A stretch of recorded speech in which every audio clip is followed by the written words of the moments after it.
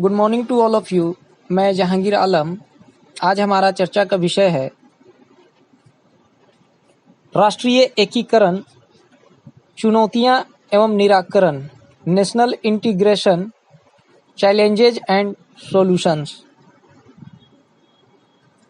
हम जानते हैं कि भारतीय समाज विविधताओं वाला देश है, जहां धर्म, जाति, भाषा, क्षेत्र, संस्कृति और आर्थिक दृष्टि से समाज विभिन्न समूहों में बटा हुआ है।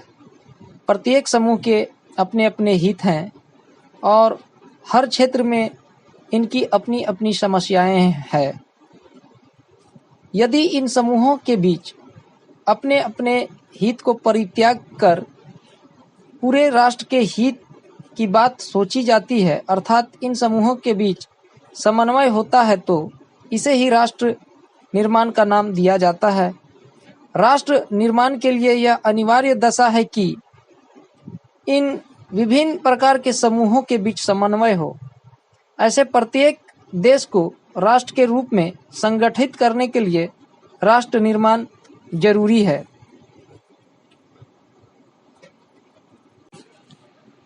राष्ट्र निर्माण या एकीकरण का अर्थ है पूरे राष्ट्र के लोगों के लिए अपने निष्ठा का एक ही केंद्र विकसित करना, ताकि वे अपने अपने संकीर्ण समूहों के प्रति स्थापित निष्ठा से आगे बढ़कर पूरे राष्ट्र को अपनी निष्ठा का केंद्र बना ले। राष्ट्र निर्माण इस मान्यता पर आधारित है कि राष्ट्र का हित व्यक्ति, जाति, वर्ग, क्षेत्र, समूहों के हित से ऊपर है। इसे हम दूसरे शब्दों में इस प्रकार कह सकते हैं कि राष्ट्र निर्माण का अर्थ है व्यक्तिगत हितों और राष्ट्रीय हितों के बीच सामंजस्य स्थापित करना और एक ऐसे वातावरण का निर्माण करना जिसमें व्यक्ति या समूह राष्ट्र हित को ही सर्वोपरि समझे। अंग्रेजी शासनकाल के दौरान भारत की राष्ट्रीय एकता को काफी आघात पहुंचा था, क्योंकि अंग्रेजों की फूट डालो और शासन करो की नीति के कारण हमारी एकता को छीन भिन्न करने का काफी प्रयास किया गया। अंग्रेज अधिकारियों के पक्षपात और प्रोत्साहन से देश का अंततः विभाजन भी हो गया। राष्ट्रीय एकीकरण के संबंध में रजनी कोठारी लिखते हैं कि राजनीतिक विकास की बुनियादी समस्या एकीकरण की है, अर्थात नए राजनीतिक केंद्र बिंदु की स्थापना और दृढ़ीकरण, उसका बहिर्मुखी प्रसार, विभिन्न संस्थाओं का पल्लवन, विविधता का एक सूत्र में संग्रह कर एक राष्ट्र का निर्माण अर्थात एकीकरण की क्षमता का विकास। यही समस्या हमारे राष्ट्र निर्माताओं के सामने सबसे बड़ी समस्या रही है। जैसा कि नेहरू जी ने कहा था कि मेरे जीवन का मुख्य कार्य भारत का एकीकरण है, परंतु इसका यह मतलब नहीं है कि भारत में राष्ट्रीय एकता का सदैव ही अभाव रहा है। हमारे स्वाधीनता आंदोलन ने राष्ट्रीयता के अंकुर को सींच कर बड़ा किया। संविधान ने एक राजनीतिक केंद्र की स्थापना की और इस विचार को बल मिला कि हम सब भारतवासी हैं, हम सबका एक ही संविधान, एक ही राष्ट्रीय झंडा और एक ही राष्ट्रीय चिन्ह है। परंतु हम कह सकते हैं कि भारत से विदेशी शासन खत्म होते ही राष्ट्रीय एकता का यह सूत्र धीरे धीरे कम हो गया, या हम कह सकते हैं कि लुप्त हो गया, और देश के विभिन्न भागों में अनेक विघटनकारी प्रवृत्तियां सामने आने लगी। भारत के राष्ट्र निर्माण या राष्ट्रीय एकीकरण के मार्ग में कुछ समस्याएं स्पष्ट रूप से प्रतीत होती है।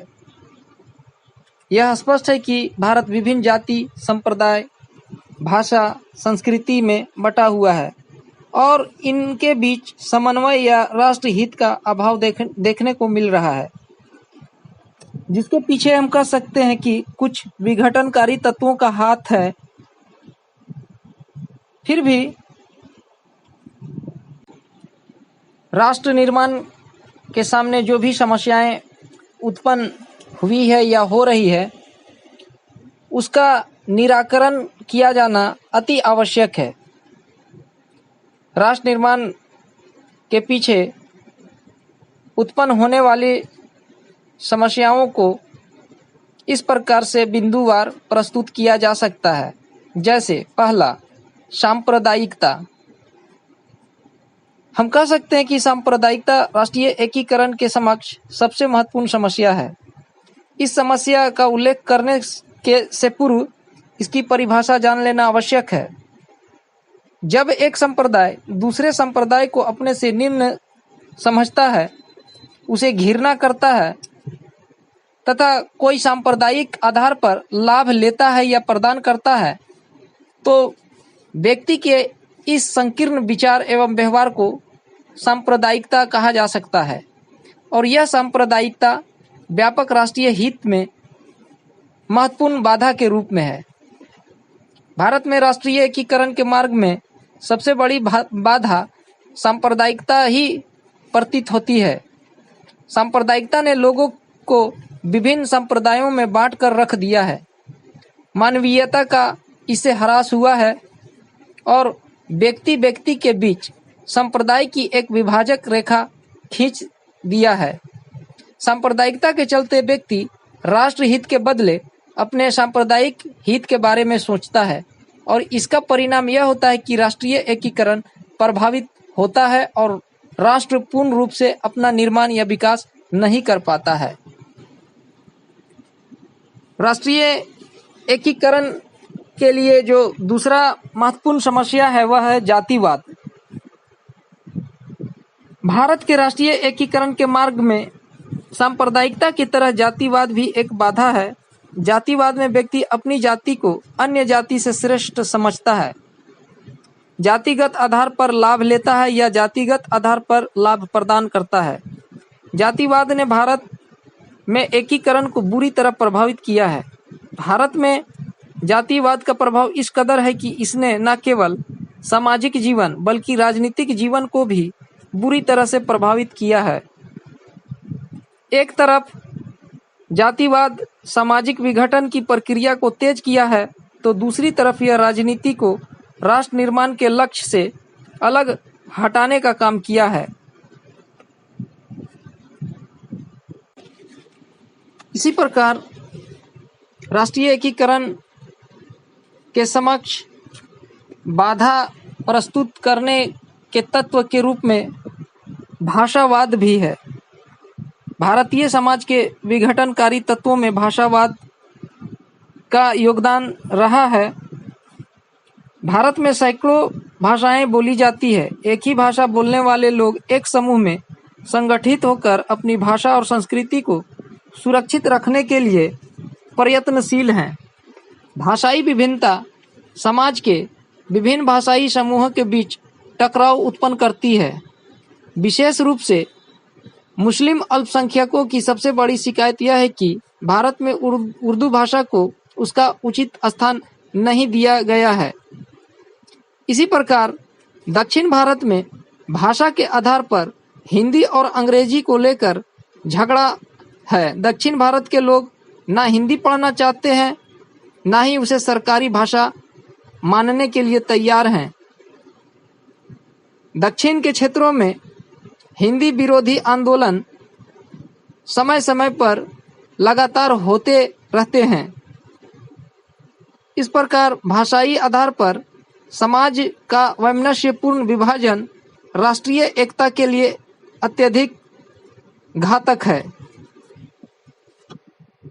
इसी प्रकार राष्ट्रीय एकीकरण की समस्या के रूप में क्षेत्रवाद का भी महत्वपूर्ण भूमिका होती है। भारत में राष्ट्र निर्माण के मार्ग में या राष्ट्रीय एकीकरण के मार्ग में यह एक महत्वपूर्ण समस्या के रूप में खड़ा है। सांप्रदायिकता, जातीयता, भाषावाद की तरह क्षेत्रवाद भी संकीर्ण भावनाओं का प्रतीक है। क्षेत्रवाद में व्यक्ति अपने क्षेत्र विशेष को ही महत्वपूर्ण मानता है, अपने क्षेत्र का ही विकास चाहता है, अपने क्षेत्र के लिए स्वायत्तता से लेकर अलग होने तक की मांग करता है। स्पष्ट है कि वह पूरे राष्ट्र को अपना नहीं समझता या पूरे राष्ट्र के हित को नज़रअंदाज करता है। व्यक्ति या समूह की इस भावना को क्षेत्रवाद के नाम से जानते हैं और इस क्षेत्रवाद ने भारत में राष्ट्रीय एकीकरण को बुरी तरह से प्रभावित किया है। आज भारत के लोग यह कहते हुए सुने जा रहे हैं कि हम बिहारी हैं, तुम पंजाबी हो, आदि। इससे कहीं न कहीं अलगाववाद, भूमिपुत्र की अवधारणा आदि जैसे समस्याएं पैदा हो गई है। देश में व्याप्त आर्थिक विषमता भी राष्ट्रीय एकीकरण के समक्ष समस्या के रूप में खड़ी है। देश के कुछ राज्य आर्थिक दृष्टि से समृद्ध हैं तो कुछ राज्य पिछड़े हुए हैं।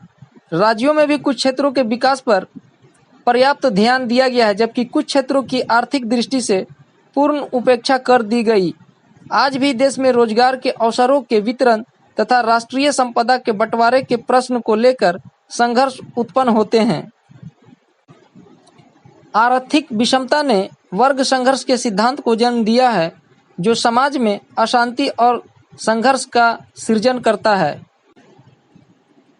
देश के विभिन्न भागों में पाए जाने वाले आर्थिक असंतुलन और आर्थिक शोषण पारस्परिक मतभेदों को बढ़ावा देने में प्रभावकारी रहा है।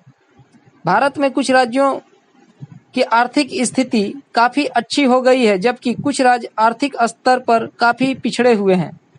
यह आर्थिक असंतुलन राष्ट्रवाद की भावना को कमजोर करता है। पिछड़े हुए क्षेत्र के लोग अपने आप को राष्ट्र निर्माण की धारा से अलग समझते हैं और कभी भी व्यापक राष्ट्रीय हित की बात नहीं सोचते हैं। आर्थिक असंतुलन को बढ़ाने में राजनीतिज्ञों की भूमिका भी महत्वपूर्ण होती है। राजनीतिक दल के लोग अपनी व्यक्तिगत और क्षेत्रगत स्वार्थ से प्रभावित होकर भारत में आर्थिक असंतुलन को बढ़ावा देते हैं। इसी प्रकार राष्ट्रीय एकीकरण के मार्ग में भारत की विषमतापूर्ण सामाजिक संरचना ने भी समस्या खड़ी कर दी है। भारत में कोई ब्राह्मण है तो कोई हरिजन, कोई शिया है तो कोई सुन्नी।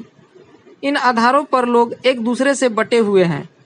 वे अपने क्षेत्र, वर्ग, जाति, संप्रदाय की हितों की बात सोचते हैं। इनके लिए राष्ट्रीय एकीकरण एक सुनने और सुनाने वाला शब्द से ज़्यादा कुछ नहीं है। इसी प्रकार गरीबी, अशिक्षा और बेरोजगारी ने भी राष्ट्रीय एकीकरण के मार्ग में महत्वपूर्ण समस्या के रूप में खड़ी है। एक गरीब और बेरोजगार अपने पेट के लिए हर कुछ करता है। गरीब, बेरोजगार व अशिक्षित अपने स्वार्थ के लिए कुछ भी करने को तैयार हो जाते हैं। इन समस्याओं के अतिरिक्त कुछ और भी समस्याएं हैं जो कि राष्ट्रीय एकीकरण के लिए चुनौती प्रस्तुत करते हैं, जैसे राजनीतिक व प्रशासनिक भ्रष्टाचार, निरंकुश व अप्रतिबद्ध नौकरशाही, पक्षपातपूर्ण मीडिया, नक्सलवाद आदि। अब यदि राष्ट्रीय एकता की चुनौतियों के निराकरण की बात की जाए तो इस दिशा में कुछ प्रयास महत्वपूर्ण रूप से कारगर हो सकते हैं। जैसे पहला, समाज के सब वर्गों में राज्य व्यवस्था का प्रवेश हो। इस संबंध में प्रोफेसर रजनी कोठारी कहते हैं कि भारत जैसे विशाल देश में जहां इतने विविध प्रकार के लोग रहते हैं, एकता की स्थापना इसी से हो सकती है कि सब तत्वों को राजनीतिक सत्ता व अधिकार में भाग दिया जाए और सबको साथ लेकर चला जाए। इसके लिए जरूरी है कि समाज के सभी वर्गों का राजनीतिक व्यवस्था में प्रवेश हो। राजनीति की इस रचनात्मक भूमिका से ही एकीकरण की प्रवृत्तियों को बल मिलता है। इसी प्रकार दूसरा प्रयास सहकारी संघवाद को अपनाने पर बल देकर राष्ट्रीय एकीकरण के मार्ग में प्रस्तुत होने वाले समस्याओं से निजात पाया जा सकता है। इसके लिए हमें संघर्षात्मक और प्रतिस्पर्धात्मक प्रादेशिकता की भावना समाप्त कर सहकारी एवं सहयोगी संघवाद के भव्य भवन का निर्माण करना चाहिए। सहयोगी संघवाद में पारस्परिक विवादों और मतभेदों का निवारण शांतिपूर्ण वातावरण में कर लिया जाता है। राज्यों के बीच नदी, पानी, सीमा, वित्तीय साधनों और राष्ट्रीय संपदा के वितरण को लेकर उग्र आंदोलनात्मक रुख नहीं अपनाना चाहिए। 1990 में अंतर्राज्यीय परिषद की स्थापना इस दिशा में उठाया गया एक अच्छा कदम है। इसी प्रकार राष्ट्रीय एकता के चुनौतियों के निराकरण के रूप में शिक्षा जगत में क्रांति को लाकर किया जा सकता है। शिक्षा जगत में ऐसा पाठ्यक्रम होना चाहिए कि प्रारंभ से ही बालक भारत की सांस्कृतिक और ऐतिहासिक विरासत में रम जाए। पाठ्यक्रम का निर्धारण खूब सोच समझकर किया जाना चाहिए और सभी स्तरों पर पाठ्यक्रमों से ऐसे अंशों को हटा लिया जाना चाहिए जिनसे आपसी फूट, सांप्रदायिकता और क्षेत्रवाद की गंध आती हो। इसी प्रकार आर्थिक विषमता का उन्मूलन कर भी राष्ट्रीय एकीकरण की दिशा में काफी सफल हुआ जा सकता है। देश में व्याप्त आर्थिक विषमता को समाप्त करने के लिए यथाशीघ्र प्रयास किए जाने चाहिए। सभी प्रकार के विशेषाधिकार प्राप्त वर्गों का अंत किया जाना चाहिए। अमीरों और गरीबों में बढ़ती हुई खाई को पाटकर जल्द से जल्द आर्थिक विषमता और असंतोष को दूर किया जाना चाहिए। पिछड़े हुए राज्यों और विभिन्न राज्यों के पिछड़े हुए क्षेत्रों के आर्थिक विकास पर पर्याप्त ध्यान दिया जाना चाहिए। देश की समस्त जनता और देश के सभी क्षेत्रों का संतुलित और अधिकतम सीमा तक आर्थिक विकास राष्ट्रीय एकीकरण का मूल तत्व है। राष्ट्रीय एकीकरण को बढ़ावा देने हेतु इन प्रयासों के अतिरिक्त कुछ अन्य प्रयास भी महत्वपूर्ण भूमिका निभा सकते हैं, जैसे सांस्कृतिक आदान प्रदान, भाषा और धर्म के मामलों में सहिष्णुता, स्वस्थ लोकमत का निर्माण, विघटनकारी तत्वों पर प्रतिबंध और सबसे महत्वपूर्ण भूमिका राजनीतिक दलों की भूमिका हो सकती है।